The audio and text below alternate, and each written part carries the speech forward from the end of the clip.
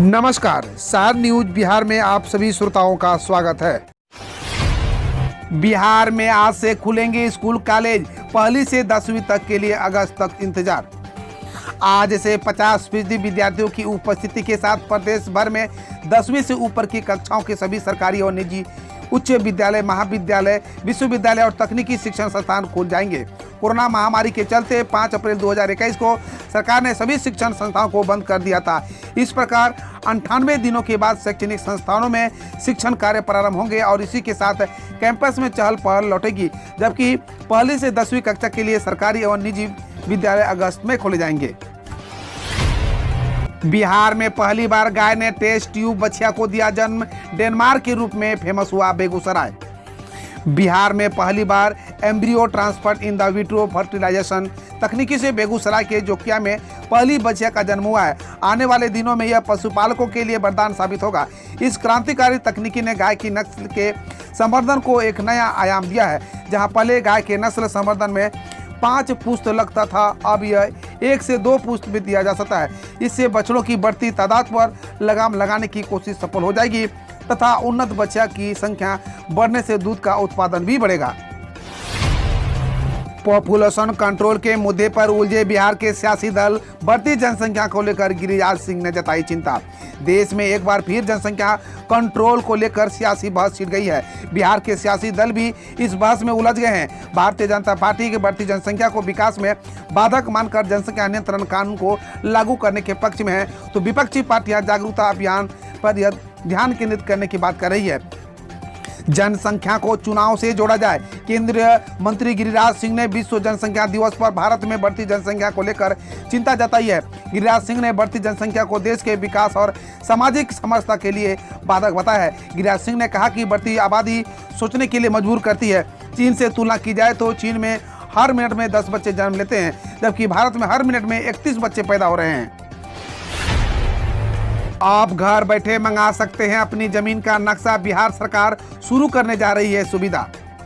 बिहार सरकार ने जमीन के राजस्व नक्शे को लोगों तक पहुंचाने के लिए बड़ा कदम उठाया है। राज्य सरकार जमीन के राजस्व नक्शे की होम डिलीवरी इस हफ्ते से शुरू करने जा रही है।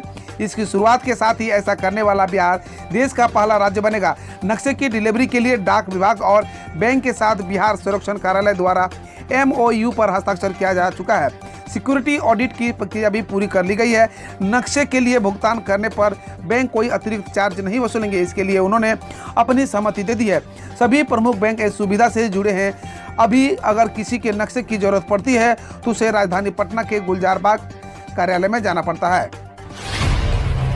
बिहार पंचायत चुनाव के लिए तैयारियां शुरू। एक बूथ पर 850 से ज्यादा मतदाता कर सकेंगे मतदान, बूथ होंगे सैनिटाइज। बिहार में पंचायत चुनाव के दौरान एक बूथ पर 850 से अधिकतम मतदाता अपने मताधिकार का प्रयोग करेंगे। राज्य निर्वाचन आयोग ने पंचायत चुनाव को लेकर एक बूथ पर मतदाताओं की अधिकतम संख्या निर्धारित कर दी है। आयोग के अनुसार सभी जिलों में पंचायत चुनाव को लेकर तैयारी शुरू हो गई है। नगर निकाय में पंचायतों के शामिल होने के बाद एक नए सिरे से जिलों में पंचायत निर्वाचन क्षेत्र व मतदान केंद्रों का पुनर्गठन किया जा रहा है। आयोग के अनुसार राज्य में कोरोना महामारी के प्रभाव को देखते हुए प्रत्येक बूथ पर 15 से 20 व्यक्ति को ही एक बार में मतदान के लिए लगाए गए हैं। पंक्ति में खड़े होने का मौका दिया जाएगा। पंचायत चुनाव खत्म होते ही बिहार के गांव सोलर लाइट से जगमग होंगे। जानिए नीतीश सरकार की क्या है तैयारी। इस साल के अंत तक गांव की गलियां सोलर लाइट से जगमगाने लगेगी।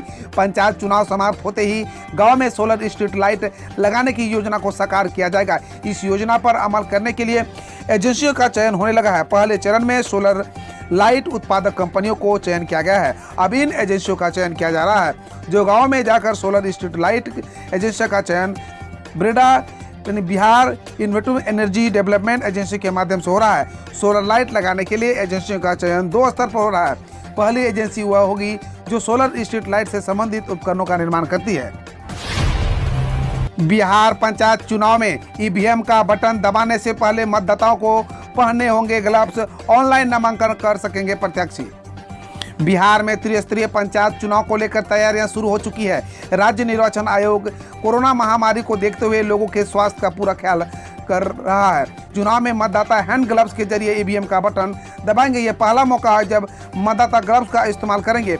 प्रशिक्षण से लेकर नामांकन और मतदान से लेकर मतगणना के दौरान सोशल डिस्टेंसिंग का पालन किया जाएगा।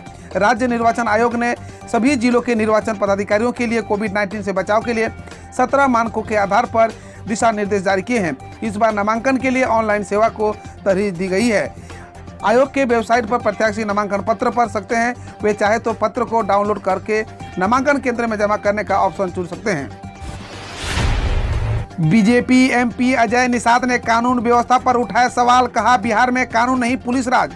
मुजफ्फरपुर के भाजपा सांसद अजय निषाद ने बिहार सरकार के खिलाफ कोर्ट में याचिका के जरिए बड़ा बयान दिया है। उन्होंने अपनी याचिका में बिहार के सुशासन को लेकर सवाल खड़ा किया है। निषाद के इस बयान के बाद प्रदेश की राजनीति में सियासी हलचल तेज हो गई है। दरअसल बीते दिनों सुप्रीम कोर्ट में भाजपा सांसद ने एक मामले में याचिका में कहा कि बिहार में कानून राज्य नहीं पुलिस राज है। इसको लेकर बीजेपी सांसद से जब पत्रकारों ने सवाल पूछा तो उन्होंने कहा बिहार में 2005 से ही नीतीश कुमार के नेतृत्व में सरकार है।